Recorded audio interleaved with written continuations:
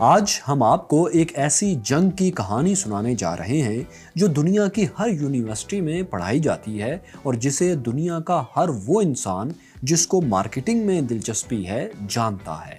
تو دوستو، یہ کہانی ہے دنیا کے سب سے بڑے آئیکونک برانڈ کوکا کولا اور پیپسی کی 122 سال پر محیط کہانی۔ یہ کہانی multi billion dollars corporate marketing جنگ کی کہانی ہے اور اسے کولا وار کہا جاتا ہے۔ ذکر ہے 1886 کا کہ امریکن سول وار ختم ہو چکی تھی، امریکن اکانومی نئی کروٹ لے رہی تھی اور اونچی عمارتیں تعمیر ہو رہی تھیں۔ انڈسٹری تیزی سے ترقی کی طرف جا رہی تھی اور گھوڑا گاڑیوں کی جگہ کاریں بھی نظر آنا شروع ہو گئی تھیں۔ مطلب یہ کہ نیا کارپوریٹ امریکہ جنم لے رہا تھا۔ انہی دنوں امریکی ریاست جارجیا کے شہر اٹلانٹا میں ایک فارماسسٹ جان پیمبرٹن نے الکوہل، کوکین اور کیفین کو مکس کر کے ایک سیرپ تیار کیا جو کہ سر درد کے لیے مفید تھا اور دماغ کو فریش کر دیتا تھا۔ یاد رہے کہ اس وقت تک ڈرگ ریگولیشن وغیرہ کی پابندیاں اور قوانین کا نفاذ نہیں ہوا تھا اور کوئی بھی کیمسٹ کچھ بھی بنا کر بیچ سکتا تھا۔ پیمبرٹن نے اپنی اس ڈرنک کو فرینچ وائن کوکا کا نام دیا تھا، لیکن فرینچ وائن کولا کے لانچ ہونے کے اگلے ہی برس جارجیا کی حکومت نے الکوہل پر پابندی لگا دی اور اس طرح فرینچ وائن کوکا بیچنا بھی ممکن نہ رہا۔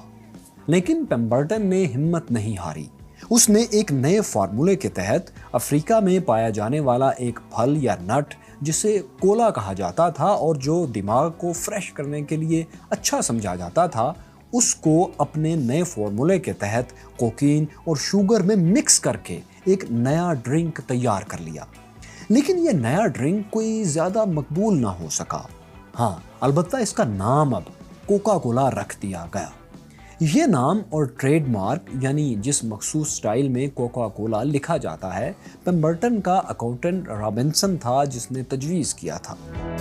1888 میں پیمبرٹن کا انتقال ہو گیا، لیکن اس کی وفات کے بعد اس کے وارثین سے صرف ایک شخص ایسا کینڈلر نے کوکا کولا کو $2300 میں خرید لیا۔ کینڈلر مائیگرین یعنی سر درد کا مریض تھا اور کہا جاتا ہے کہ کوکا کولا کے استعمال سے اس کو اس مرض میں فائدہ ہو رہا تھا۔ کینڈلر نے کوک کو خریدنے کے بعد اس کے ذائقے کو چینج کرنے کے لیے اس میں سے کوکین کی مقدار کو بہت کم کر دیا اور اس میں مزید شوگر اور سٹرس یعنی کھٹاس کا اضافہ کر دیا تاکہ یہ ڈرنک کے بجائے ایک دوائی کے ریگولر استعمال میں بھی آ سکے اور عام لوگ اس کو زیادہ سے زیادہ دوائی کے علاوہ بھی استعمال کر سکیں۔ اس زمانے میں مشروبات امریکہ میں جن دکانوں پر بکتے تھے ان کو سوڈا فاؤنٹینز کہا جاتا تھا، یعنی یہ ایک طرح کے مشروبات اور آئس کریم وغیرہ کے کیفیز ہوا کرتے تھے۔ پیمبرٹن کا اکاؤنٹنٹ جو کہ اب کینڈلر کے ساتھ تھا، اس نے مارکیٹنگ کی دنیا کی شاید سب سے پہلی ڈائریکٹ کمپین لانچ کیا اس نے یہ کہ اٹلانٹا کے بڑے سوڈا فاؤنٹین سے ان کے گاہکوں کے ایڈریس لیے اور ان کو وہ کوپنز ڈاک کے ذریعے بھیجے جنہیں استعمال کر کے وہ سوڈا فاؤنٹین سے مفت میں کوکا کولا پی سکتے تھے۔ یہ اپنی پروڈکٹ کو نئے گاہکوں میں متعارف کروانے کا بہترین طریقہ تھا۔ لوگوں کو کوک تیزی سے پسند آنا شروع ہو گئی اور سیل میں بھی بہت اضافہ ہونے لگا۔ 1901 میں 6 کروڑ کوک سیلز ہوئیں اور کاروبار تیزی سے پھیلنے لگا۔ 1902 میں کوک کی مشہوری پر تشہیر پر $1,00,000 کی رقم خرچ کی گئی، جو کہ اس زمانے میں شاید دنیا کی سب سے بڑی تشہیری مہم ایڈورٹائزمنٹ کیمپین تھی۔ اس زمانے میں کوک پر تنقید بھی ہونا شروع ہو گئی کہ لوگ کوک کی لت کا شکار ہو جاتے ہیں کیونکہ اس میں کوکین استعمال ہوتی ہے جو کہ ظاہر ہے نشہ آور چیز ہے۔ کینڈلر نے 1906 میں کوک کے فارمولے میں تھوڑی سی تبدیلی کر کے اس میں کوکین کی جو تقریباً نہ ہونے کے برابر مقدار تھی اس کو بھی نکال دیا تاکہ کسی قسم کا اعتراض نہ ہو اور نہ ہی قانونی طور پر کوئی رکاوٹ پیش آئے۔ اب کوک سوڈا فاؤنٹینز یعنی دکانوں کے علاوہ بوتلوں میں بھی دستیاب تھی، یعنی کوک کی بوتل آپ کو ہر جگہ دستیاب ہو جاتی تھی، مل جاتی تھی، جس سے ظاہر ہے سیل میں ایک بار پھر بہت اضافہ ہو گیا۔ کینڈلر نے اپنے برانڈ کو دوسرے برانڈ سے ممتاز کرنے کے لیے ڈیفرنٹ اور بہتر کرنے کے لیے ایک یونیک اور مختلف بوتل ڈیزائن کروائی تاکہ واضح طور پر کوک باقیوں سے مختلف بھی نظر آئے اور پہچانی بھی جائے۔ کینڈلر چاہتا تھا کہ ایک نابینا شخص بھی صرف بوتل کو چھو کر بتا سکے کہ یہ کوک کی بوتل ہے۔ اس لیے 1916 میں درمیان سے ابھار والی یہ آئیکونک بوتل متعارف کروائی گئی۔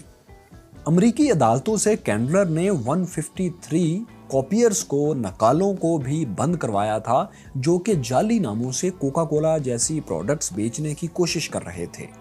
کینڈلر نے کوک کی ریسیپی یعنی مکسچر کے فارمولے کو انتہائی خفیہ رکھا اور اس کی واحد تحریری کاپی کو اٹلانٹا کے ایک بینک کے لاکر میں محفوظ کیا گیا۔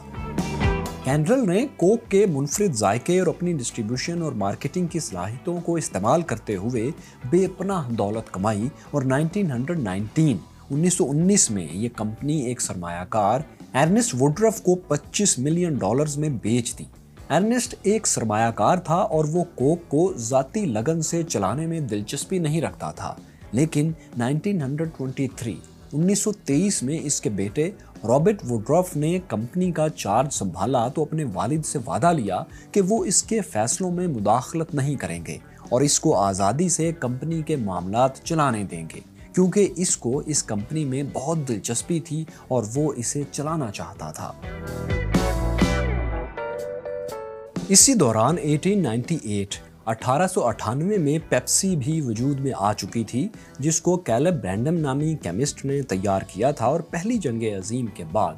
یہ کمپنی پیپسی کمپنی دیوالیہ ہو چکی تھی، کیونکہ چینی کی قیمتیں اس دوران بہت تیزی سے اتار چڑھاؤ کا شکار تھیں، اور پیپسی نے اس خطرے کے پیش نظر کہ چینی مزید مہنگی ہوگی زیادہ مقدار میں خرید لی تھی، لیکن ان کی بیڈ لک کہ چینی بجائے مہنگا ہونے کے سستی ہو گئی اور پیپسی کو بینکرپسی کا سامنا کرنا پڑا۔ 1923 میں پیپسی دیوالیہ ہو چکی تھی اور کوک کی سیل دن بدن بڑھتی جا رہی تھی، اور اس سال 23 ملین کوک سیلز ہوئی، اور اس میں سے 4 ملین 40 لاکھ صرف ایک نیو یارک کی سوڈا چین جس کا نام لافٹ کینڈی سٹور تھا اس میں ہوئی۔ لافٹ کمپنی کا صدر جس کا نام چارلز گتھ تھا، وہ کوک کے مالک رابرٹ ڈوف کے پاس آیا اور ڈسکاؤنٹ کا مطالبہ کیا، کیونکہ اس کے خیال میں لافٹ کمپنی کوک کی سیل بڑھانے میں اہم کردار ادا کر رہی تھی اور لافٹ کے ذریعے کوک کی سیل بھی بہت زیادہ ہو رہی تھی۔ اس لیے لافٹ کمپنی کو باقی ڈسٹریبیوٹرز کی نسبت کم قیمت پر کوک ملنی چاہیے تھی اس کے خیال میں، لیکن رابرٹ نے صاف انکار کر دیا،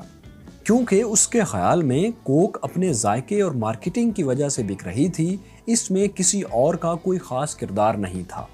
رابرٹ کے انکار کرنے پر چارلز گتھ نے 1931 میں دیوالیہ پیپسی کمپنی کے 2/3 شیئرز $10,500 کے عوض خرید لیے۔ یہاں یہ بات بھی بہت دلچسپ ہے کہ پیپسی کو گتھ نے ذاتی طور پر خریدا تھا، لافٹ کمپنی کے لیے نہیں۔ اس بات پر چند سال بعد 1939 میں امریکی سپریم کورٹ نے گتھ کو قصوروار ٹھہرایا کہ اس نے لافٹ کمپنی کے ذرائع استعمال کر کے اپنی ذاتی کمپنی کو پروان چڑھایا اور پیپسی کے 91% شیئرز بھی جو گتھ کے پاس تھے لافٹ کمپنی کو دلوا دیے۔ ایک اور انتہائی دلچسپ بات یہ ہے کہ چارلز گتھ نے پیپسی کو خریدنے کے کچھ ہی عرصے بعد ناکام ہونے پر پیپسی کو کوک کو بیچنے کی کوشش بھی کی تھی، لیکن اس کو کوک کے مالک رابرٹ نے سنجیدگی سے نہیں لیا، اور آج 100 سال بعد ہم خود اندازہ لگا سکتے ہیں کہ یہ کتنی بڑی غلطی تھی، شاید کارپوریٹ ورلڈ کی تاریخ کی سب سے بڑی غلطی۔ 1934 کا سال تھا اور امریکہ اور پوری دنیا کی معیشت میں گریٹ ڈپریشن چل رہا تھا، کاروبار نقصان میں جا رہے تھے اور غربت، بے روزگاری مسلسل بڑھ رہی تھی، لیکن کوک کی سیل میں بالکل بھی کمی نہیں آ رہی تھی۔ اسی سال چارلز گتھ نے پیپسی کی سیل بڑھانے کے لیے ایک زبردست داؤ کھیلا۔ اس نے بیئر کی 12 اونس گنجائش والی استعمال شدہ بوتلیں مارکیٹ سے خریدی اور ان پر پیپسی کے کاغذ کا لیبل چپکا کر انہیں صرف 1 نکل یعنی صرف 5 سینٹ میں بیچنا شروع کر دیا۔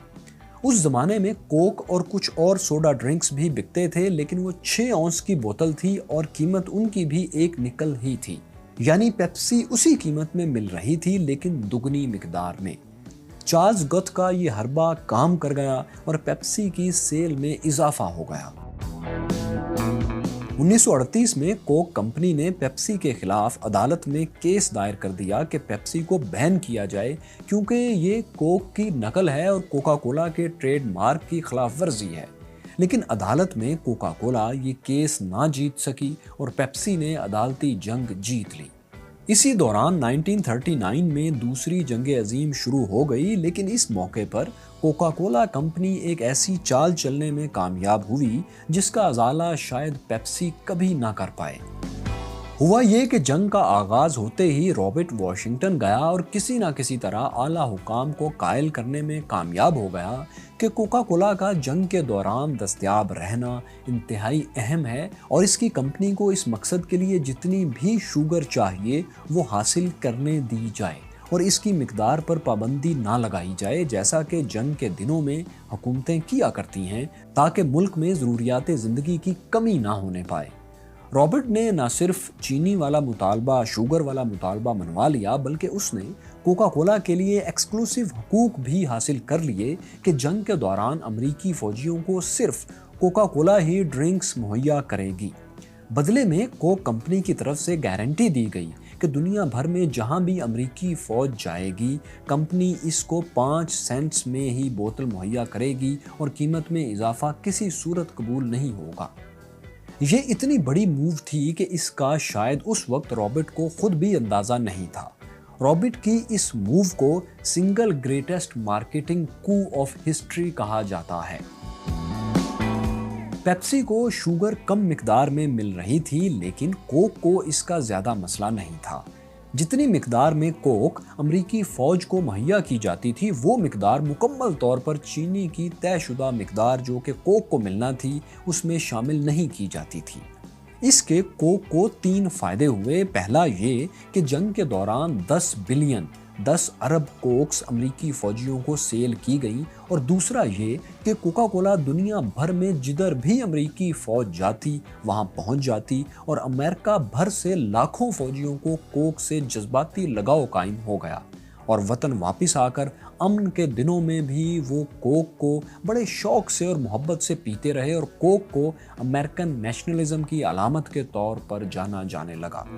تیسرا فائدہ یہ ہوا کہ امریکہ سے باہر کوکا کولا کے 64 بوٹلنگ پوائنٹس بھی لگ گئے کیونکہ امریکی فوج یورپ اور دنیا بھر میں جدھر جاتی تھی کوک کا پلانٹ وہاں لگانا پڑتا تھا۔ کوک کی سیل 1950s میں پہلی بار سالانہ $1 بلین $1 ارب پر پہنچ گئی اور اس کمپنی کا ایک شیئر جو کہ 1919 میں $40 کا تھا اب $5000 کا ہو گیا تھا، یعنی کمپنی 100 گنا سے بھی زیادہ بڑی ہو چکی تھی۔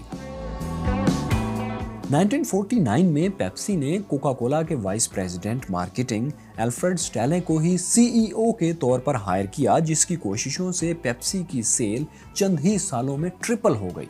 50 کی دہائی میں امریکہ کی سافٹ ڈرنک مارکیٹ میں کوک کا شیئر 47% اور پیپسی کا صرف 10% تھا، لیکن پیپسی کوک کے بعد دوسری بڑی کمپنی بہرحال بن چکی تھی۔ 1955 میں پہلی بار کوک بڑے سائز کی بوتل میں بھی متعارف کروا دی گئی۔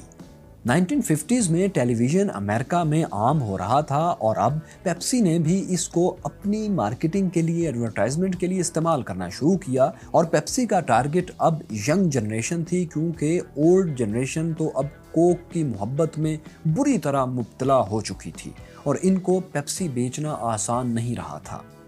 پیپسی اور کوک کے درمیان 50 اور 60 کی دہائی میں زبردست مقابلہ جاری رہا اور ایک دوسرے کے مقابلے میں اسی اشتہار بازی اور سیل بڑھانے کی جنگ چلتی رہی۔